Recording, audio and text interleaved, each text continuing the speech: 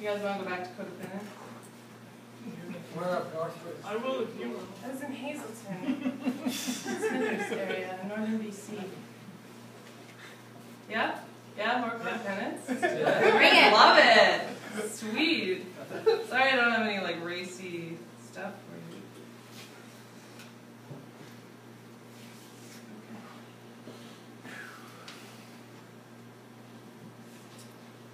I've slept with Neanderthal. When he was alive, all he cared about was hunting. Making magic with bird blood and hooves that he never let me touch because he said I would scar them with my impure woman curses and lies. He told me if we broke up, if he died, that I wasn't allowed to write about him. Don't worry.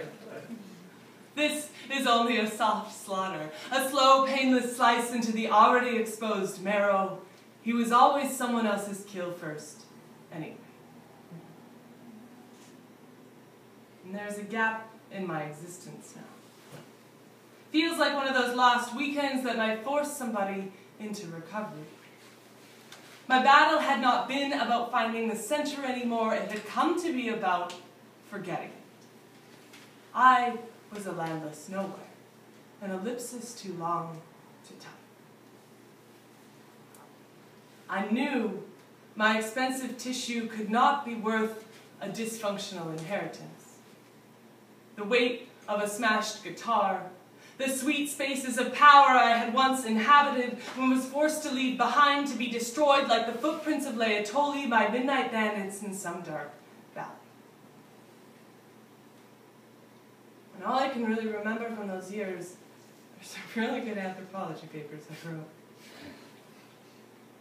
And I knew I didn't need recovery, I needed to uncover, so I'd been excavating the kill site. And in this ever-evolving soft morphology of wits and encampments inside the most uninhabitable spaces, inside my deepest hurts, I didn't know what I was gonna find. But I found some things worth keeping. Tarsiers. Their babies hung on trees like umbrellas while their giant monogamous eyes foraged in the nighttime. Capuchins and chimpanzees, their rock anvils busting open, sweet seeds encased in hard shrouds. These and the locomotory strategies of gibbons and the sex lives of bonobos are far more interesting to me than any of the shiny boxes full of fear given to him by some shaman, or any of his toxic lumbar riddled with anxiety-induced feathering.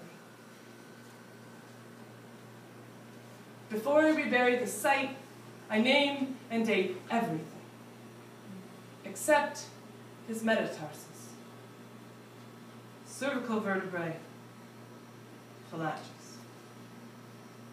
I don't want anyone to know that that man ever held his head up or used his hands for anything useful. I know he would call me a liar.